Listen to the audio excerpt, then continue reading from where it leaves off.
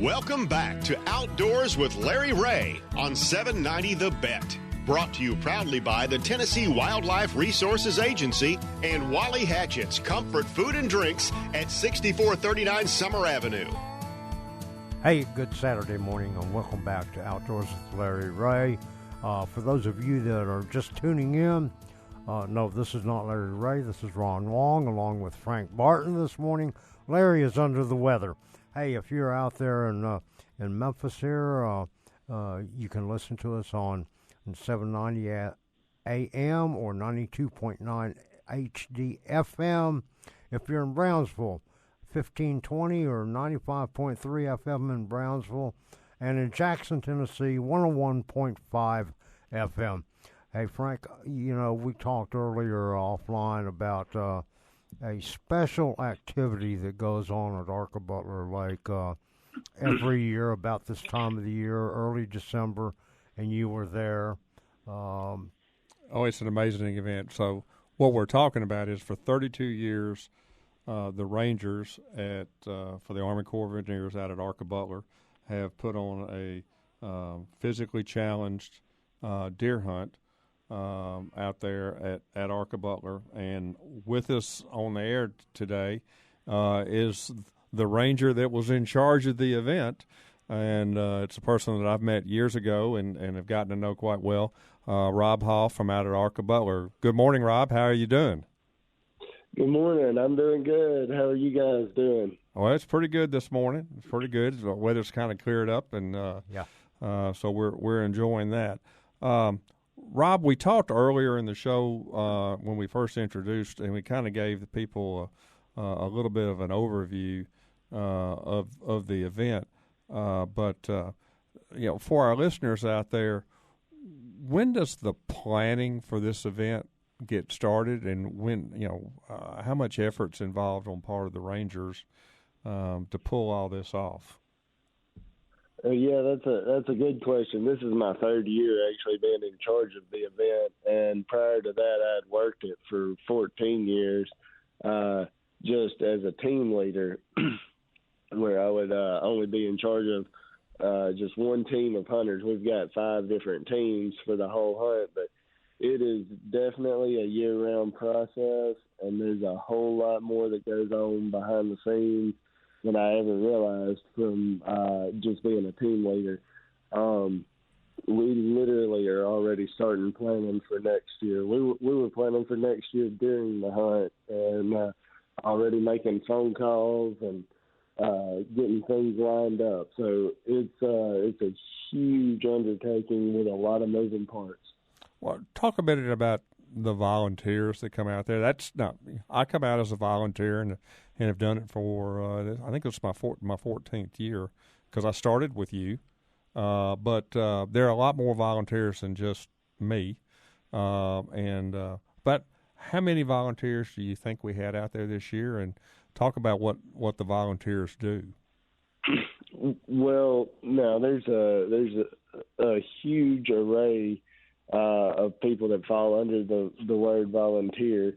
We've got everything from people that donate food, that come out, set up camp, clear shooting lanes, build deer stands, work to cook the meals, and obviously the most visible part is being there to get the guys in and out of the stands. And that's, I would say this year we probably had about 25 volunteers on site consistently that were there over both weekends helping get guys in and out of the stands. And that does not include the Rangers that are on staff that are doing that. That's just correct. Volunteer. It's just showing up and volunteering their time. And a bunch of the volunteers are the cooks. I mean, there's ladies in that cook tent. I don't know what time they got there because they were there whenever I got there, and they were certainly there when I left. But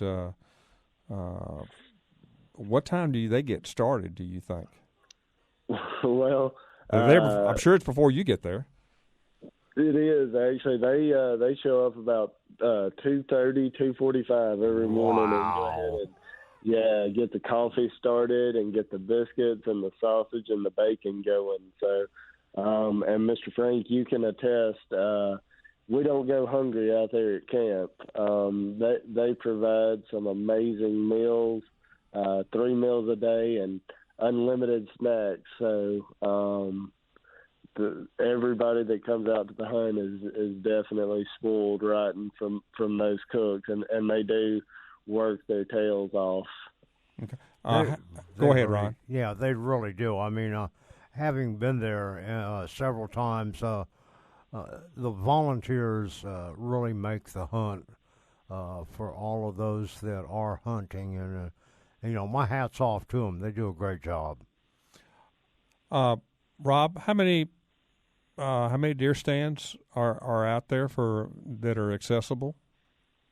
Yeah, so we've got 35 deer stands that are out there now, and they're all different locations, different setups. So depending on individuals' ability levels, we've got everything from stands that you can drive a four-wheeler or a side-by-side right up into the stand and hunt off of the four-wheeler or side-by-side.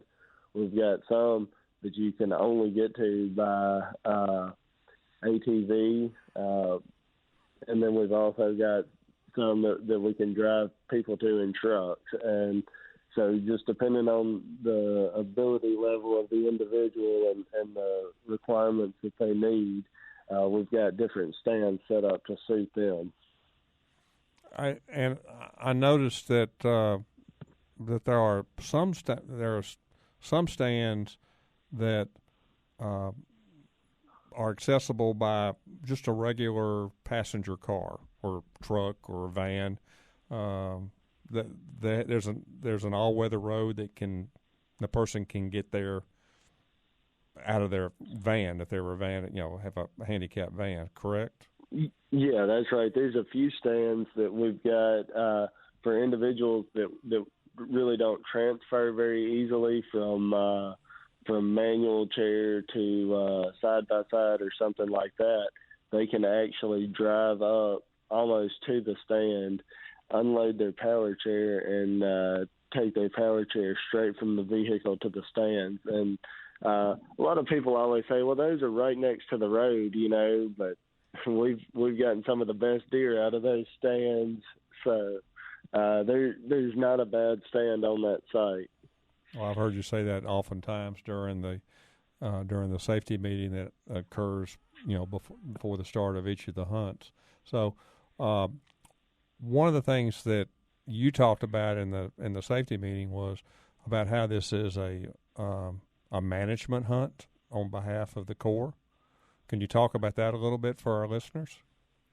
Yeah, that's how this hunt actually got started, and it's still one of the most fascinating parts of the whole hunt for me is where this hunt takes place is in an area that's restricted to hunting. It's about 1,200 acres that is not open to the public for hunting, and the deer herd in that 1,200 acres back in the 80s was just out of control. I mean, vehicles were hitting deer every week. You were always seeing just multiple deer. Disease was spreading through the herd continuously out there. And so they knew that they had to manage the herd somehow. And the state was planning on just having a biologist come in each year and just shoot and let lay X number of deer to keep the herd managed. And one ranger back in the 80s, the hunt actually started in 1990, but Dean Hunter was a ranger that came up with this idea to get these physically challenged individuals, guys and girls, out in the woods. They get to hunt the deer, harvest the deer, keep the meat, and at the same time it manages the deer population. So it's a win-win for everybody.